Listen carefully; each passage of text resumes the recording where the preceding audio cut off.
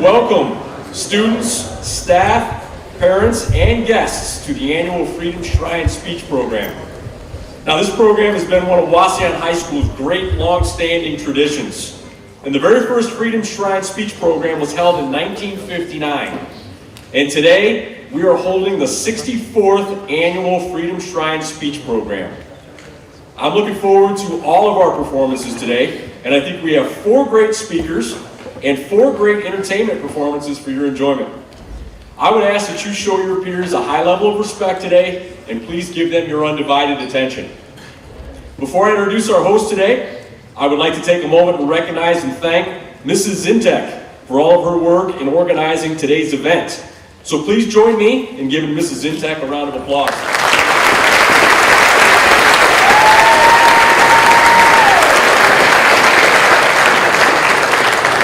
Now, at this time, I would like to introduce our program host for today's Freedom Shrine Speech Program. So please welcome our very own Mr. Jason Robinson to the podium.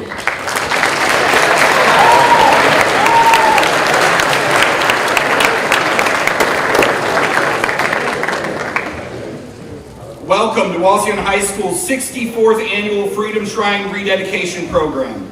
We are pleased to have faculty, administration, students, parents, family, judges, and friends present today. Each year at this time, we give attention to our Freedom Shrine display, a collection of replicas of documents that serve to remind all of us of the great efforts that have been taken to ensure our freedoms. The Freedom Shrine originated with the Freedom Train that toured the nation in 1947, carrying an exhibit of historic documents. Even today, as they sit on the walls outside of the Wauseon High School auditorium, these documents serve to educate, inspire, and to motivate those who view them. We are honored to be a place where visitors can come to remember the revolutionary path America has taken in order to become a model of freedom. And perhaps the most fundamental of those freedoms is the one that brings us here today, the freedom of expression. Today's event is the culmination of a great deal of hard work by our Freedom Shrine students and their advisors. The quality of their effort today represents a continuation of the fine tradition of our Freedom Shrine program, and we thank them for their accomplishments. Before we begin, it would only be fitting to pause and reflect on the liberties we so often take for granted by inviting the band to play a tribute to those who have sacrificed in the name of freedom.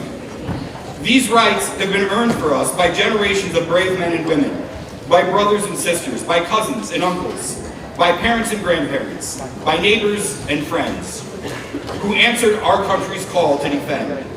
These heroes, both alive and gone, have blessed us through the service and duty, and it is in celebration of them that we host today's program. And so, if a member of your immediate family has served, is currently serving, or if you yourself have signed up for the service, we ask that you stand to be recognized when you hear the band play your branch's anthem, so that we may honor all who fight to preserve the freedoms that we celebrate today.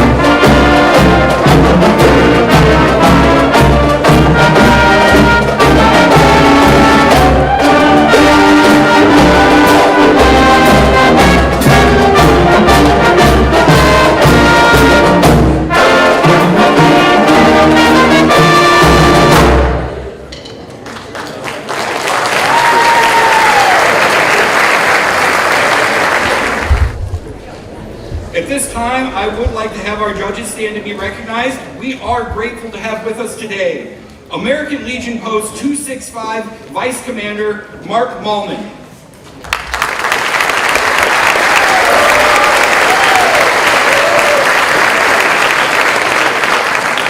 Community member, former Freedom Shrine participant, and honorary member of the National Speech and Debate Association Hall of Fame, Amy Moore.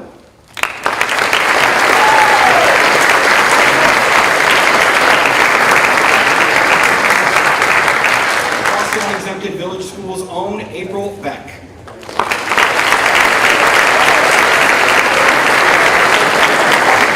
The contest participants this year are Marin Leatherman,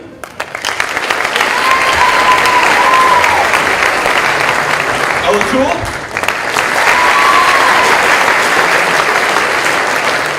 Nathan Young, and Jess Benson.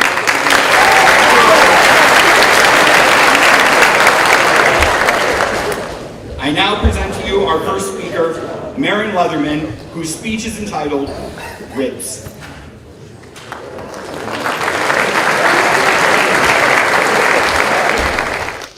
For me, growing up strikes fear into every bone in my body. I've never liked the idea of fresh beginnings in a completely new place or living on my own. Creating new relationships and making more friends sounds great until you have to do so because all of the people you've grown to love live hours away from you. I'm 16 and have had to put an immense amount of thought into what I want to do with the rest of my life.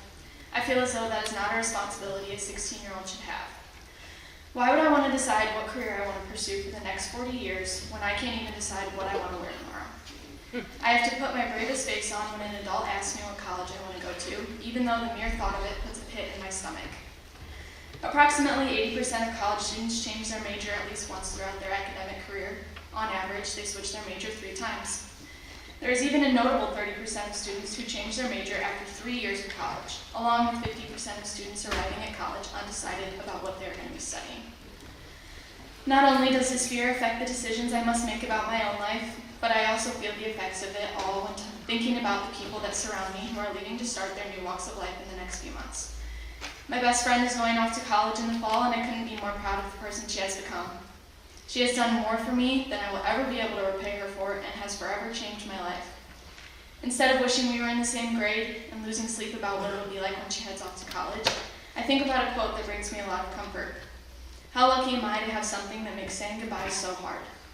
How lucky am I to have made such genuine connections with such beautiful people? How lucky am I to have friends that I miss the second we aren't together? I went a little insane trying to figure out what to write about for this. I knew I had things to say and things I wanted people to hear.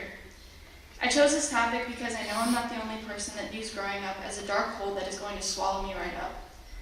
During my childhood, I was always the one who got picked up in the middle of the night during sleepovers. I was always the one texting my parents about how homesick I was. I was always the one constantly asking my parents if they were okay with me going to a friend's house because I was afraid they were going to feel alone when I left. I think about this every time I wonder where I'll end up going to college. If I couldn't spend one night away from my parents for many years of my life, what makes me think I could go to school 3 hours away from them? What makes me think I would succeed in any of my future endeavors if I could barely stand the thought of being an hour away from my best friend? I'm actively facing one of my biggest fears, talking to all of you, while simultaneously talking about one of my biggest fears. That in itself seems to be showing me that I must be ready for something. As I look back on who I was as a freshman, I can confidently tell you that I'm entirely different and in the best way possible. I'm not ashamed of who I used to be by any means, but I have grown into someone that I am certainly proud of. I really think that that's what change is all about. I've had people walk in and out of my life. I've been a part of teams that have forever altered who I am as a person, and I've gone through things that have made me exactly who I am today. Growing up and changing isn't about finding an end result. It isn't going to be linear. It's about looking back and realizing you've become someone you'd want to surround yourself with. Change is possible. Becoming a better version of yourself is possible. Becoming someone you're proud of is possible. As one of my favorite artists said, all lights turned off can be turned on. Time is certainly limited, but that should just be more of a wake-up call to start out on your journey of filling your life with things that make your cup overflow. As I enter the end of my junior year and try to fathom that I will be a senior next year, I can't help but get severely sentimental. I know that my life is going to look quite different in a few months. I will no longer have the privilege of seeing some of my favorite people every single day like I do now. For a while, I really struggled with that. Why do I have to be the one to sit back and watch my best friends graduate? As I reflect on the time that I've spent with them, I start to wish I could be a teenage girl forever. I truly love every part of it. Getting my nails done, getting Starbucks, spending hours outside tanning every summer, late night drives with my friends while listening to music. What if life loses its meaning when I become an adult because I don't get to experience the joys of being a 16-year-old girl ever again? You may still be wondering why I chose to name my piece Ribs, or maybe you've already connected the dots and know exactly what I'm going to say. Ribs by Lord is a song that has brought me to a place where I'm more okay than ever with growing up. Something about this song playing while I'm driving home from hanging out with my friends and hearing the lyrics, and I've never felt more alone, it feels so scary getting old, allows me to be at peace with the changes that are going to take place in my life. It reminds me that I'm allowed to be scared, I'm allowed to feel the future, and I'm allowed to not be prepared. Sometimes sitting with that and letting yourself feel all of the emotions that it entails is what it takes. So take some time, sit with your fears and experience them to their fullest effect. Running away from them is only going to cause you more trouble. Nothing can stop time, and that's okay. If you listen to anything I say today, let it be this. You don't have to have your future fully mapped out yet. You don't have to have found the person you want to spend the rest of your life with, and you certainly aren't disappointing anyone by feeling unsure of yourself. People tend to hold around 12 different jobs during their lifetime, and 29% of people have completely changed their job field. If you ever meet someone who tells you they've got it all figured out, they aren't being honest with you, and they surely aren't being honest with themselves. In March, I had a friend of mine that goes to Ohio State give me a quick tour of the campus. I was anxious the entire drive there because I was afraid of how that type of environment was going to make me feel. As I was walking around, students filled the sidewalks. I kept thinking to myself, they look so sure of themselves. They look like they are deeply rooted with where they're at. Will I ever be able to find a place that makes me feel that way? I started to create a false perception of clarity for the people around me just because I didn't feel like I was ready for it all. I still don't feel ready, and I might not a year from now, when things are more final than they are at this current moment in time. I do know one thing though. I'm not going to let myself kill any hope that my future will be great because I'm constantly doubting my own abilities. College will be a place for me to thrive. My future career will be something I excel at. I will find people that will add immense value to my life just as I have in the past. You can too. I don't know if growing up will ever become any easier. There will always be parts of it that will make me uneasy. You may feel like you have no one at times, or you may feel like you are so rich because of the relationships blossoming around you. You may feel like you can't do anything right, or you may feel like knowledge is your superpower. This quote illustrates this much better than I ever could. There will be another period of uncertainty and doubt in the future where I feel caught in midair with no way of flying. I will feel like a child again and so scared of the future. But there will be another period of life where once again I will be able to fight that uncomfortable feeling, settle, and be calm and at peace again, because I have done it every time before. You will find your place, you will find your peace, you will grow up, you will change, you will do so gracefully. As I am wrapping up all that I want to say to you today, I want to leave you with a piece from a movie that I hold near to my heart, The Perks of Being a Wallflower. There are people who forget what it's like to be 16 when they turn 17. You know these will all be stories someday, and our pictures will become old photographs. We'll all become somebody's mom or dad. But right now, these moments are not stories. This is happening. I can see it. This moment when you know you're not a sad story. You are alive, and you stand up, and see the lights in the buildings and everything that makes you wonder. And you're listening to that song, on that drive, with the people you love most in the world. And in this moment, I swear, you're infinite. Thank you. Thank you, Marin. Now, please enjoy a vocal performance by the Wasion Chorale titled A Million Dreams.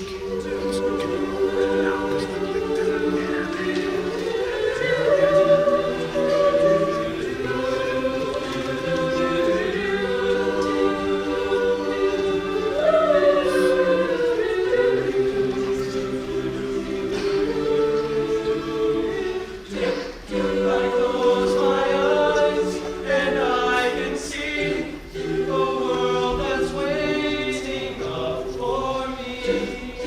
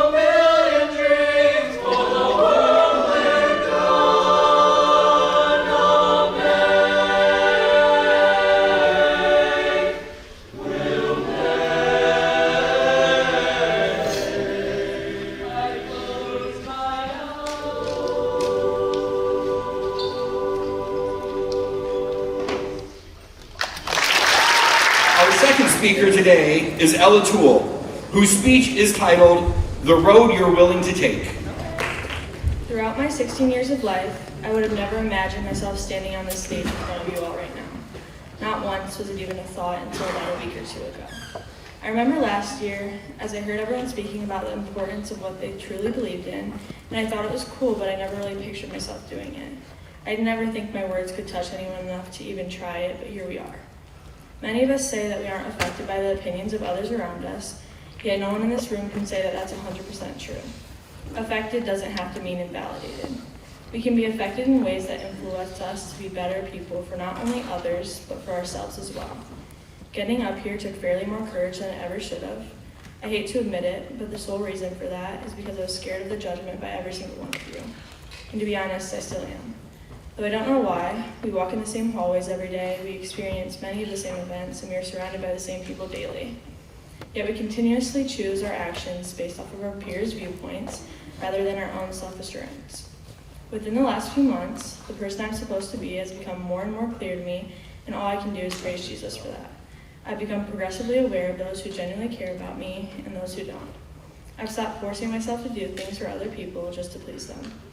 For several years, I've been in therapy to put an end to my continual habit of people-pleasing. Those of you who have experienced it know that it eats and eats and eats at you until you can't take it anymore, until you are involuntarily put into a pit that you can't dig yourself out of, a pit where your authentic thoughts are covered by the presence of the invalidation of those surrounding you. In society today, there is an abundance of people who are overwhelmed in every aspect because of the way other people make them feel. Though anxiety and depression are very real and depleting disorders, I want to spend this time talking about something that is less recognized. The point is this: you are in charge of your own actions and the impacts you have on the people surrounding you in their lives, every thought and every word. I saw a quote earlier in the week that said, "Worthiness isn't based off of performance or perfection, but rather perception."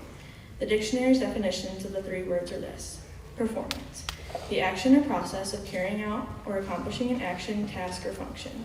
Perfection, the condition, state, or quality of being free, or as free as possible, from all flaws or defects. And perception, the ability to see, hear, or become aware of something through the senses. Yes, we all have different perspectives on societal issues like politics, religion, etc., but we all know that we are in complete control of the way we act and the words that come out of our mouths, or our performance. And to say that any of us fall under the category of perfect would be completely deceitful. None of us are perfect, not one. All of us can say that we've treated someone wrongly before, or we've said something that we would soon regret. Perfection is unreachable. So why is it a constant battle between us and our peers? Why do we always feel the need to compare ourselves and even care what is going on through someone's head when they look at us? You are your own person. Your smile is your own smile. Your laugh is your own laugh. And your words are your own words. But most importantly, your heart is your own heart. Your heart is incomparable to any other heart beating at this moment. It is uniquely made just for you. You know how the heart and the brain are connected, right? They're regularly sending signals to one another to regulate heart rate, blood pressure, and emotions we're constantly feeling. Without one, there wouldn't be the other. They both have very important roles that make us breathe and function on the daily, just like each of us. Every single one of us in this room right now were made and are here for a purpose, whether we know yet what it is or not. To us, it may not seem like we're leaving an impact on anyone or making the world better in any way. It may seem like we're just here trying our best like everyone else. Just like we don't know what people think when they look at us, we don't know how we've affected someone's life, how we make them feel about themselves, and how we influence them, for the better and for the worse. Worthiness doesn't come from the way we look. Worthiness doesn't come from what we own. It doesn't come from all the awards we've worked for or the grades that we've gotten since we were in second grade. Worthiness comes from being aware that we have flaws. It comes from the realization that there will be moments when we have faults in our character. Yet the people that are wholly intact with this realization still struggle to find their worth due to the deterioration by others. Though performance isn't something that makes a person worthy, that doesn't mean it goes unnoticed. About a month ago, I felt like God was telling me to do a fast and grow my relationship with Him. There were clearly many things that went into it, but one was the decision to stay off of social media from 6 p.m. to 10 a.m. Obviously, Snapchat is one of the main sources for people to communicate, but with the fast, I wasn't allowing myself to go in there all during those hours. It became very clear to me what people were trying to have relationships with me and what people were not. The actions that are taken or not taken can impact someone's life in both positive and negative ways. It may seem to us in the moment that what we had just done or what we had just said was just something small or a silly little joke. But when we're going through things, especially in this day and age, words that are said aren't just erased from our minds. If we're the ones saying it, we may not see that every minor detail can stick in someone's heart or mind and slowly tear away parts of who they are. Everything they find joy in progressively fades due to the reaction that hobby or talent is stirring in others. We constantly hear that people say what they say because they're insecure or jealous. But I truly believe that in most circumstances, the words that are being spoken are spoken out of full and utter oblivion. Many times, people are unaware of the effects of their words because they have never been spoken to in that way. As I said before, people-pleasing is common, but rarely spoken of. In most situations, we say things that we feel the other person would want to hear. So what happens in the circumstance where someone is completely degraded to the point of speechlessness? Instead of standing up against these people, oftentimes, people will just allow them to continually put them down because it isn't worth the fight. It's not worth the blame, and it isn't worth the confrontation. But it is. In my faith, I've learned that 2,000 plus years ago, Jesus hung on the cross and saved each and every one of us. He didn't save one of us over the other, it was every single one of us. All 8 billion, and the many before, and the many to come. So why let the words of one person depict the person you truly are? Every single person is going through something. Every single one. Some use their pain and turn it into a learning moment. Some take their pain and bottle it up until they can't hide it anymore. Some take their pain and use it as an excuse to treat someone poorly because you don't know what I'm going through. Yet some take their pain and they don't let it affect the way that they treat others. They take their wounds and they turn them into love. They turn them into kindness towards others because they don't want them to feel what they have to feel. I strive for the day when each and every one of you wake up and are proud of the person that you are. Proud of the person that altered someone's life just by being kind. Each one of you deserve more than you can imagine. You are worth so much more than you can imagine. Don't settle for the minimum. Determine and choose that you are worthy of more and go find it. Go find the more and never let anyone tell you what you don't deserve. But be fully aware of the words coming out of your mouth. Be aware of the quality of the life that you get to live every day. Be aware of the impact even the slightest smile can make on someone's life. In this world, we are only one person, one body, and one heart. We only ever get to be one person. Be the person who is kind no matter what the circumstances are or the position they are put in. Be the person that listens to their heart and not all the negative voices around them. Be the person that does what they enjoy because they enjoy it. And be the person that sees the good in people even when everyone around you is pointing in the opposite direction. Why choose the path of life that rips the life out of others when you can choose the path that brings light back into this dark world, the life that we are blessed to live? Every single one of us are worthy of goodness and grace. It all just depends on the road that you're willing to take. Thank you. Thank you, Ella. Up next, we have Mark Phillips, who will be performing a piece by Gene Becker titled Romance.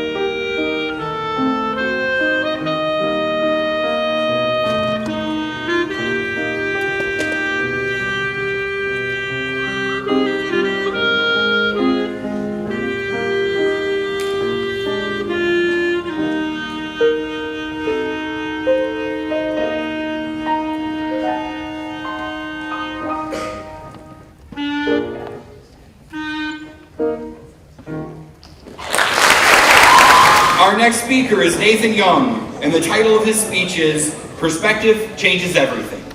Few people know this about me, but I enjoy traveling and especially photography. Every new place or landmark that my family and I visit, I always seem to take a picture or two. I remember one summer, my family traveled out west to California for a vacation and just to see some family that we don't normally get to see. One night, we decided to take a completely random pit stop at a secluded beach and just take some family pictures. We had asked the only other person on the beach to take a group picture of us under the sunset and overlooking the ocean. However, the stranger had another idea for the picture, for the sunset to be behind the camera. When I inquired about it, he said two things. First, that everyone seems to always have a picture with a sunset in the background. And secondly, he asked us to look just simply in the other direction. Lo and behold, when we had turned around, the direction away from the sun was far more peaceful and beautiful than where the sun actually was. This made me sort of rethink my own photography, but especially my own perspective on things. Oftentimes, we only look at a very minimal side of one story instead of the whole bigger picture. This way of thinking has led the United States and many countries around the world to change a lot. As of recent, the US has become increasingly politically polarized, and we are actively seeing the division of culture, which has boiled down to something we all need to understand. Perspective is now not just a philosophical concept, but a dire necessity. If we believe that democracy is the system of which we live under, then perspective is the lens through which we engage with it. The larger question is not if we view it, but how we do so, and especially if we are able to understand how others view it also. Renowned author Eli Frazier wrote in his book, The Filter Bubble, quote, "Democracy requires citizens to see things from another's point of view, but instead we're more and more enclosed in our own bubbles." End quote.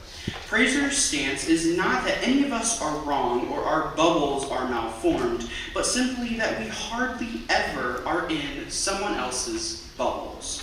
Democracy thrives and almost requires that we might not all agree, but that we hear, listen, and understand one another. Unfortunately, that is only able to happen when we realize that our perspective is not the only, but one of many. Far, far too often, we mistake our view for the truth instead of a truth. That is where a true and emerging danger lies, not in disagreement, but with the lack of empathy. Take voting, for instance. A bill or issue for one person may mean better income or housing. However, someone else might see this as might lead to instability, or even see this as the government overstretching itself. Both perspectives are understandable, believable, and valid. The two groups have had many different experiences, are living different lives, and are far different from one another. When and only when we allow for different perspectives to coexist, we can finally build bridges. When we don't, we build walls. Democracy demands us to have a wide-angle lens. However, social media often puts us into a fisheye lens by creating digital spaces that best fit into our own beliefs and interests, which leads democracy to ask us a simple question. What might someone else see that I cannot? Well, Alfred Adler, a globally recognized psychologist, defines this as perspective empathy, and wrote in his book, "Empathy is seeing with the eyes of another, listening with the ears of another, and feeling with the heart of another." While doing this in times of struggle and worry can soothe the mind, it is also needed for the discourse of democracy. If we can be so empathetic as to do what Adler wrote, we can listen, understand, and most importantly, grow. Without the basic foundation of understanding each other, then how are we supposed to understand anything at all? And the answer is, we simply cannot. The day that you all, hopefully, feel that you have laid the foundation of understanding, take a look into what it can do for you and others. The rights we have been given by the Constitution of the United States of America are all changed by information.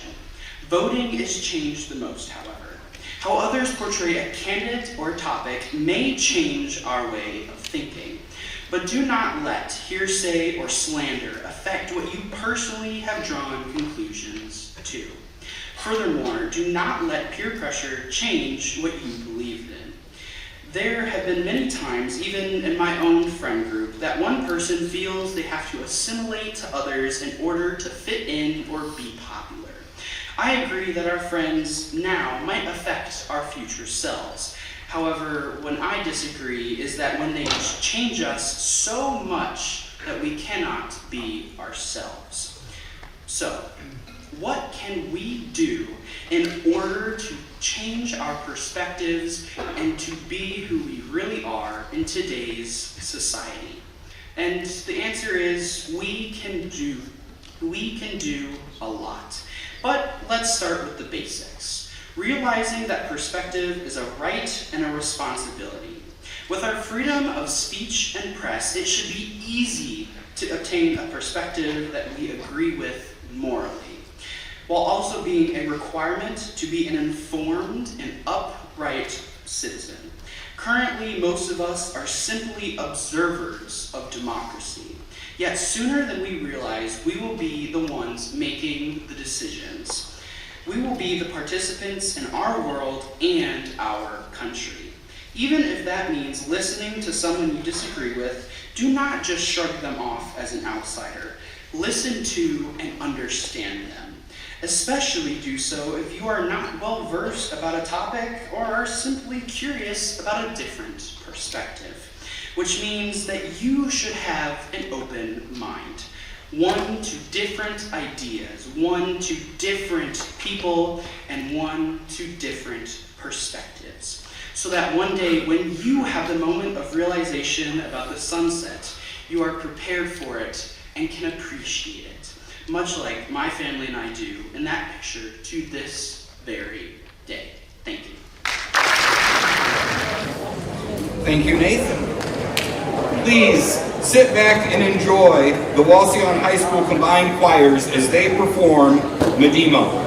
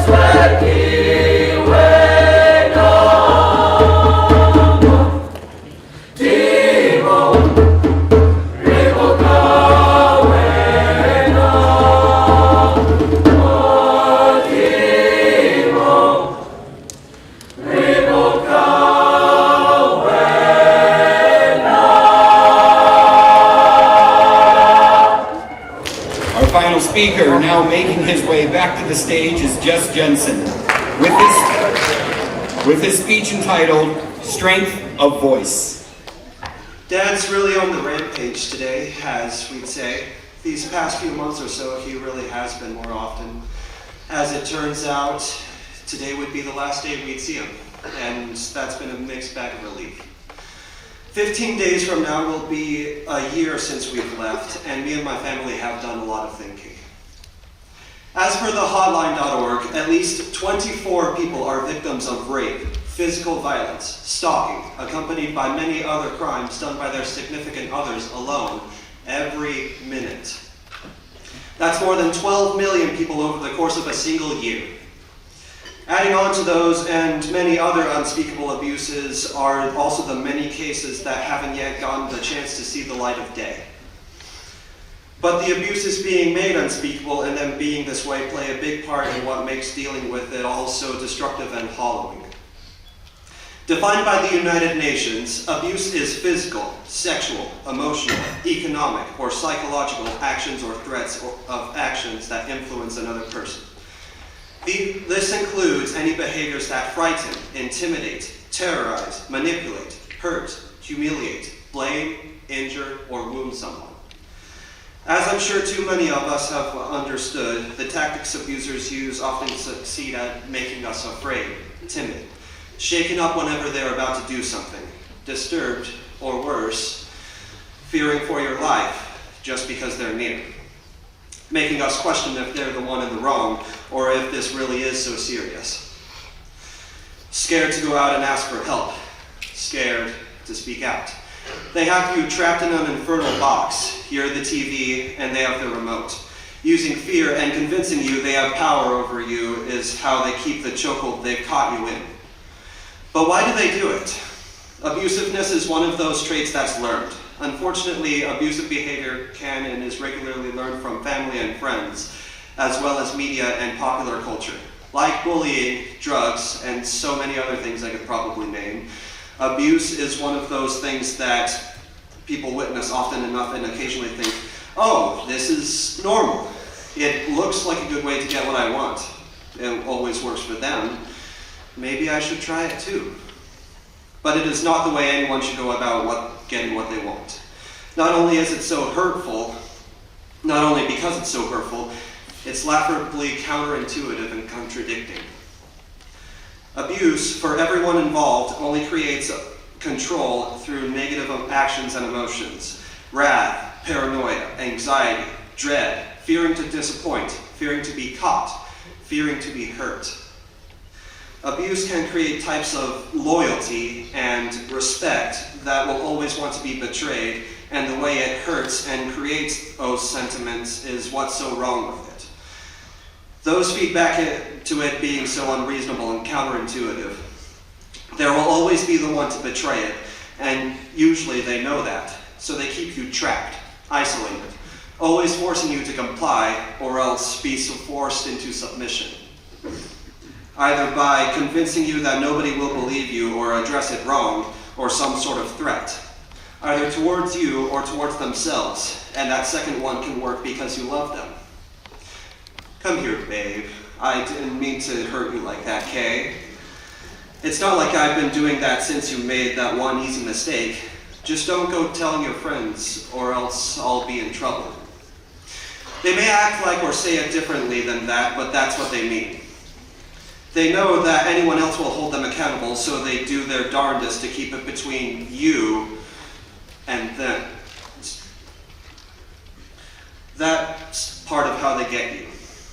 Even aside from getting you to not reach out to others, abuse can also get you to comply or do anything to avoid conflict because of the strings they pull.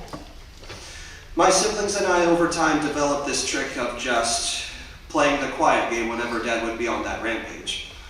Whenever he would be on one of his angry rants, whether because of something else or because of you, especially if he's targeting at you, we would play some sort of quiet game because we believed that doing so would have him calm down eventually. That usually did work, at least in not triggering him even further. But the trick wouldn't always diffuse situations. and there were unusual times where he might catch on to the trick, and that would irritate him more. Furthermore, teaching us to play the quiet game is much more problematic than beneficial. It taught us to go into these fawn-like states, causing us to break down in silence whenever there would be fighting, put into states of surrender, even when not involved at all. I remember that when we were younger, my younger sister and I would start crying whenever there'd be fights at home. The same would happen to me whenever there's fights involving somebody that I care about. Even here, my sophomore year, a few friends were fighting, can't remember what about, but I wasn't involved one bit, and I started to have a panic attack. Skin and the rest of my body vibrating, heart racing, nose running. These things going past too fast to process. Abuse only teaches its users and its victims incorrect ways to handle conflict. It sucks. It's inconvenient, suffocating, drowning. Many people, especially staff and teachers, have helped me over time by encouraging approach and communication whenever there's something I'd like to talk about or feel the need to address. Without fail, every time that I was scared to address something because of their reaction, the reaction would instead prove my fears wrong. To paraphrase a good message from one, part of a teacher's job is to teach students how to handle conflict.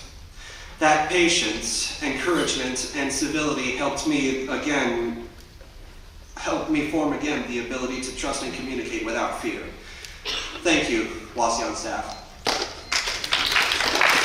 However, if someone were to not feel that trust or ability to speak out, things will get worse further and further, so long as the abuse continues. Quoting Nickelback's Never Again, been there before, but not like this. Seen it before, but not like this. Never before have I ever seen it this bad. That's why speaking out and making change is so important, yet one of the hardest things to do. In my case, we were never physically hurt, but mind you, abuse is still abuse, even if not physical. And it would have probably gotten to that point anyway with how things were worsening. Because of other lucky circumstances, we've, at least temporarily, been given the ability to go back into the house without him there. Mom has mentioned how there were alcohol bottles that weren't there when we left. Knowing how bad he was when he was sober and that he was getting worse, that alcohol without a doubt would have made things miserable in a way that I can't imagine. It saddens me even more that there are people that suffer, those that are at that point, and many have lost their lives because of bullying and abuse, inside and outside of home relationships. The simplest solution to abuse is most often the most difficult, the willingness to listen and change. This goes for both the abuser and the abused. If you feel like the one who's done you wrong won't listen, please don't feel discouraged from either bringing someone else with you to address it for security, or see someone that can help you get out of that situation if you feel like things won't change. And if you're nervous or something similar for things to change, I'll tell you that things might not be okay for a while. They will be different, sometimes very different, but I can promise you that it will be worth it. Eventually, you will heal. Eventually, things will get better than how they are now. But without that brave change, not without that brave change. Thank you for your time. This time, our judges are excused to tally the winner of this year's Freedom Shrine. They will be back shortly with results, but in the meantime, I would like to introduce Reese Cantu and Jaden Robinson, who will perform their duo entitled The Never Ending Story, which finished 7th place at the OSBA State Finals this year. Hey, look! It's weirdo! You can't get away! You jerk!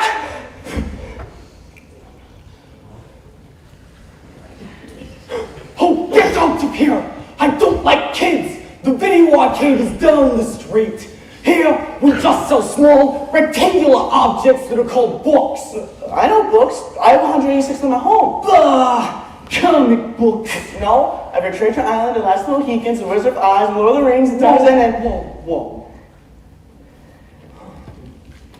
So, Who were you running away from? Just some kids from school. Hey, what's that book about? Well, what is it? Look! Your books are safe. What do you mean? Have you ever been Captain Nemo trapped inside your submarine? Weren't you ever afraid you couldn't escape? But it's only a story. See, that's what I'm talking about. The ones you read are safe. This book is not for you.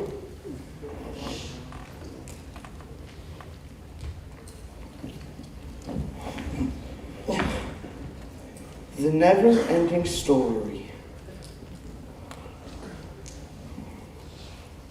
American voice actor and world-famous game master Matthew Mercer once said, "Society in general has taught that when you reach a certain age, you have to learn to stop playing. Stop playing? Stop creating. Stop dreaming. Stop wasting your time with this nonsense."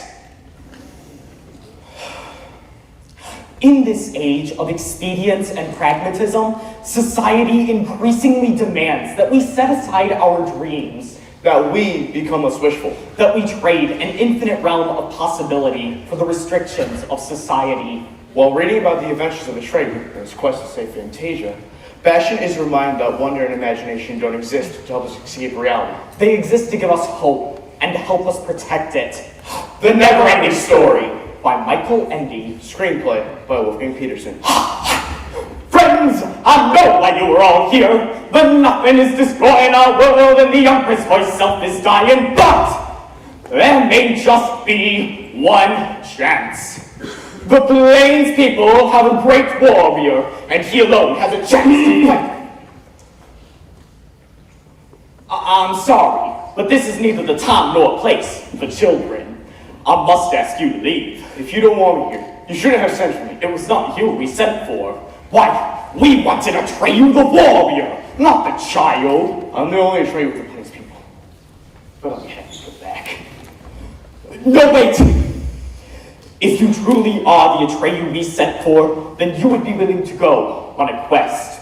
It will be very dangerous. Is there any chance of success? I do not know, but if you fail, the Empress will surely die, and our whole world will be destroyed. When do I begin? Now, and you must hurry, Atreyu. The nothing grows stronger every day. Atreyu had been traveling for almost a week. He had searched the Silver Mountains, the Desert of Shattered Hopes, and the Crystal Towers. At the same time, elsewhere in Fantasia, a being of darkness also began its quest. Atreyu hadn't the vaguest suspicion that the creature in the work was already trying to Then, there was only one chance left to find Morla, the wisest being in Fantasia. Are you Morla, the ancient one? Well, not that it matters. But yes! Morla, I've heard terrible news. Did you know that the Empress is very ill? Well, not that it matters. But yes! Please, help me, Morla. If I ever not save her, she will die. Die? That at least would be something. Please, tell me. You said you knew the answer. Oh, we don't know. But you can ask the Southern Oracle. It's 10,000 miles away. That's so far. Oh, that's right. Forget about it. Good night. Wait!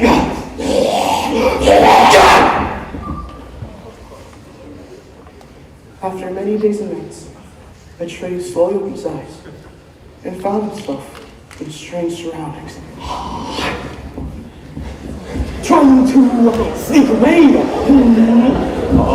I was trying to, It's okay. I like children. For breakfast? Never. I'm a nut dragon. My name is Falcor. And my name is Atreyu. And you're on a quest. How did you know that? You were unconscious and you talk in your sleep. So, little fella, you're on your way to see the Southern Oracle? Yes. It's hopeless. It's so far away. Oh, I wouldn't necessarily say that. Why, it's right around the corner. You already brought me the entire 10,000 miles? Having a luck dragon is the only way to go on a quest. Never give up hope, and good luck will find you. Do not be afraid. We will not harm you. We have been waiting for you a long time. Atreyu. Are you the Southern Oracle? Yes, we are. Do you know how I can stop the nothing? Yes, we do. The Empress needs a new name. A new name? That's easy. I can give her any name she wants. No one from Fantasia can do it! Only a human child. A human child? Where can I find one? They can only be reached beyond the boundaries of Fantasia. You must hurry, Atreyu. We do not know how much longer we can withstand the nothing. On and on, Falcon and Tree flew, until he reached the sea possibilities, where they could go no further. Who are you? I am Mork, and you will be my last victim! I will not die easily. I'm a warrior! Brave warrior. Then go the nothing! But I can't get beyond the boundaries of Fantasia! Fool! Fantasia is the world of human fantasies. Therefore, it has no boundaries. But because people have become too low levels and forget their dreams, the nothing grows stronger.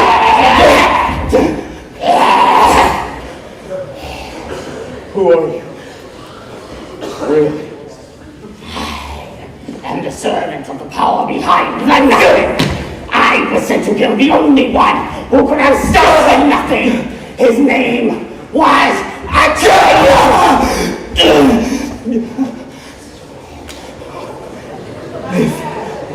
We're about to die. Anyway, I'd rather die fighting. I am afraid!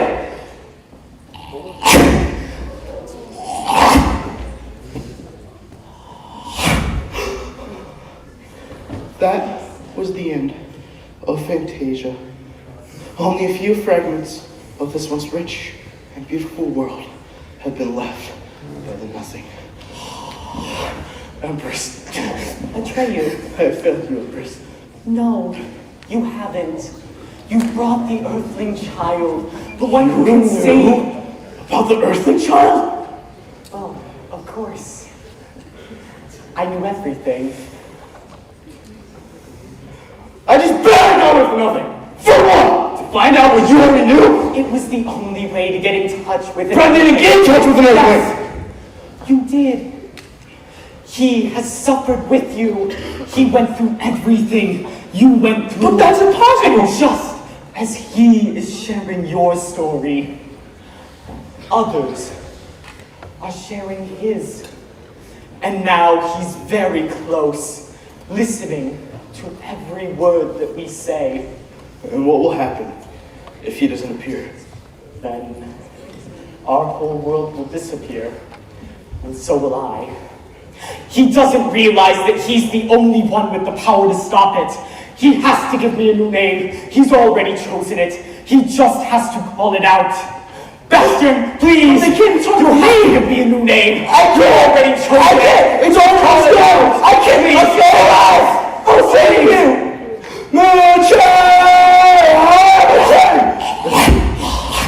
Do not be afraid. Never give up hope, and good luck will find you. Bastion!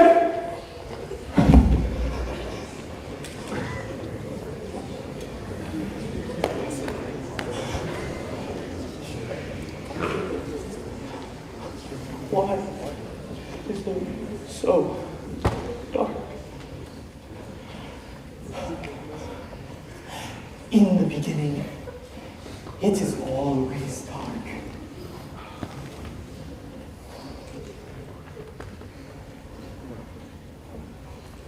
Thank you.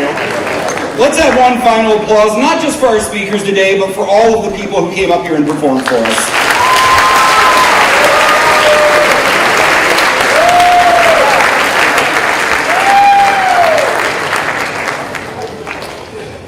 Today, our Freedom Shrine contestants will be awarded $20 in Wasion Chamber dollars if they are the runner-up, and the winner will receive $100 in Wasion Chamber dollars. These awards are provided by a donation given from the former Wasion Exchange Club. So, our runners-up, in no particular order. Jess Jensen.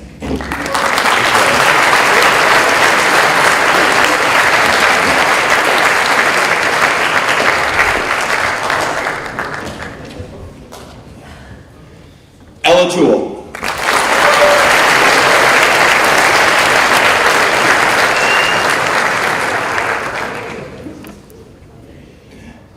And Maren Leatherman.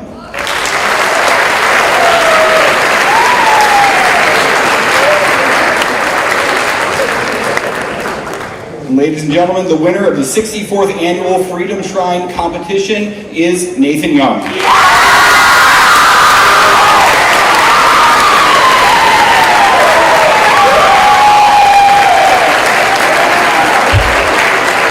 I would like to remind the speakers that they need to remain for pictures afterwards, and at this point in time, I will turn things back over to Mr. Ryan Odell. Thank you, everybody, for your attention today. I just continue to be amazed at the talent that we have amongst our student body, and today was just proof of that, from our speakers to our musical numbers to our speech. Just fantastic. You can see all the work that your classmates have put in, and it's just great to be able to share that here in this wonderful assembly every year. So I thank you for that. So, one more round of applause for everybody if we could.